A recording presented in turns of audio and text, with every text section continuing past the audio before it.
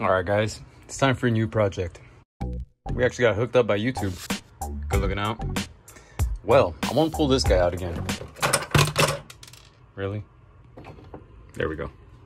The Typhon Grom. And we tried this thing out once. We put a Spectrum 2-in-1 ESC, 6000 kV, and we were only able to go up 2S. It was nice. I liked it, but I just so happen to have all this fun stuff right here. New brushless motor, and let's see the specs on this thing. 2435 4-pole motor. Nice. Found the right pinion for it. Mod 5 and a 2mm bore. That'll work out perfect for that. And let's put a 35 amp ESC in the mix. I'm getting rid of this. And I just so happen to have a servo that'll match. A little 9 kilogram, and oh look, what? This guy has his own stove? No way, check that out, guys. Well, since we pulled out the old system, we got bare bones on this thing. So, I guess let's just start installing. All right, you guys gotta let me know in the comments whether you like watching me work on these cars or not, because I mean, I like it, it's fun. Do you? Yeah, I know of some people that skip straight to the action. Not gonna say any names. Guys, this is the action. Like, how are you gonna know that this thing had metal gears and this one had plastic gears? So I'm gonna stay with this one. How would you know?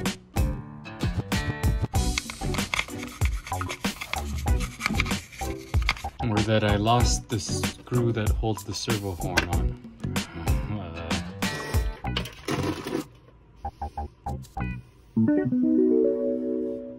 This is some action-packed stuff, guys.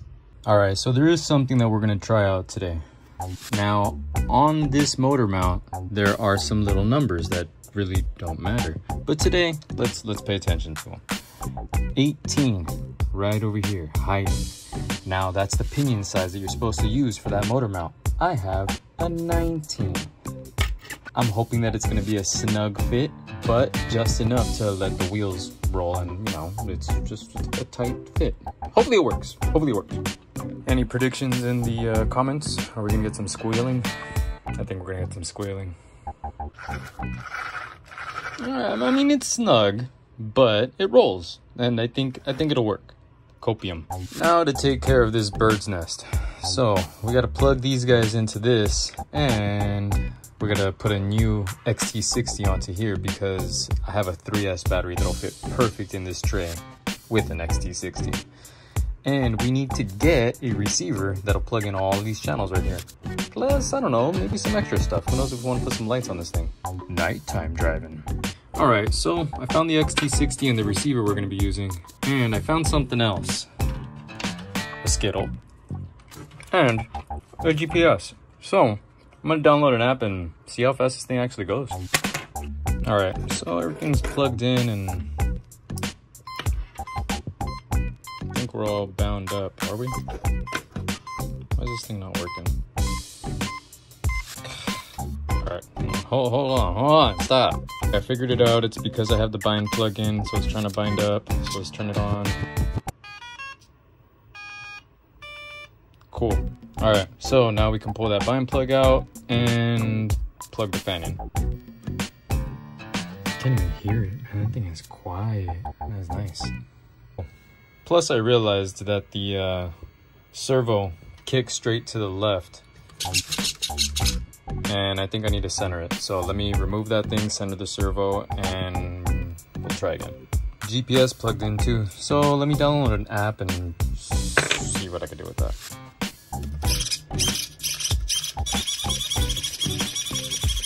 All right, before we tidy everything up, let's see how fast it goes.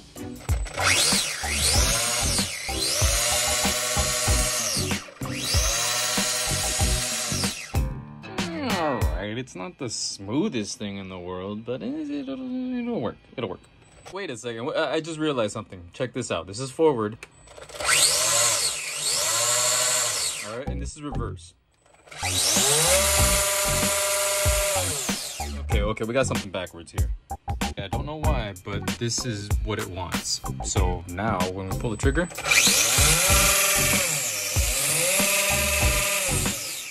I don't know if this is gonna be able to handle 3S. We might blow the dips on this thing, guys.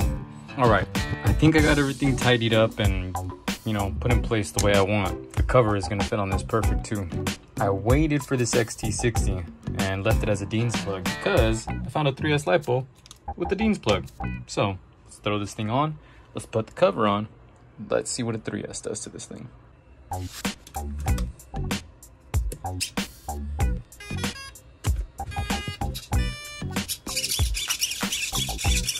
Moment of truth. Let's see if it works.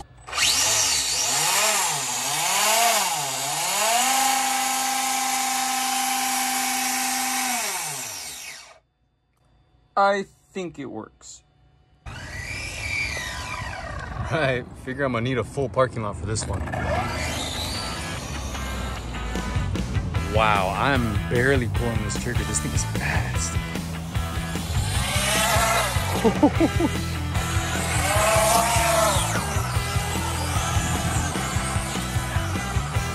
Wow, this is wild, guys. This is a little bit too much. Whoa! Wow, I almost didn't get out of the way for that one.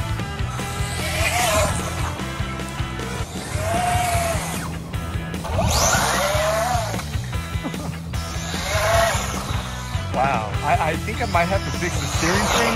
Either that or these tires are ballooning a little too much.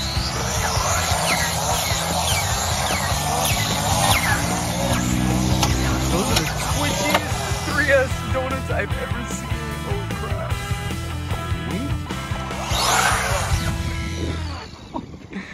What? It left skid marks.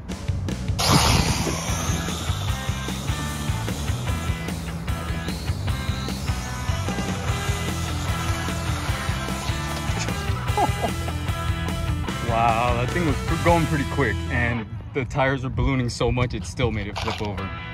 Guys, the Typhon's a hard car to flip over.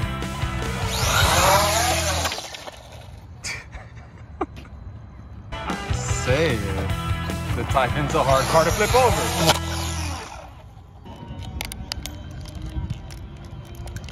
That's not a good sound.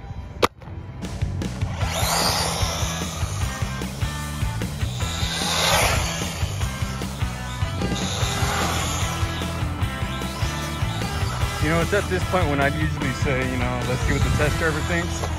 Guys, I think this one might be a little too much for the test driver. This is my car. Look at this.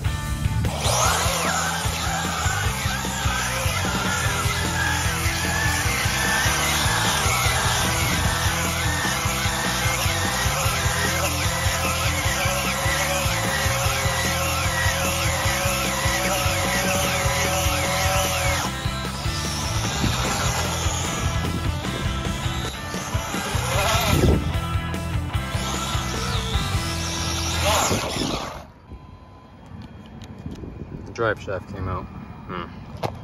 Man, this thing's a little tough. I might have to upgrade these drive shafts. Foreshadowing. All right, let's take this thing back inside. I don't think I want to drive it as just 3-wheel drive right now. Or do I? Okay, no I don't. All right, this thing has the right amount of power now. Actually, it has too much power for the size. I love it. It's breaking parts. So now I need to upgrade those parts. 3S is the way to go, guys. I think my drivers are gonna be a little surprised with this one. So for now, let's put it back on the shelf. Till next week, guys. See ya.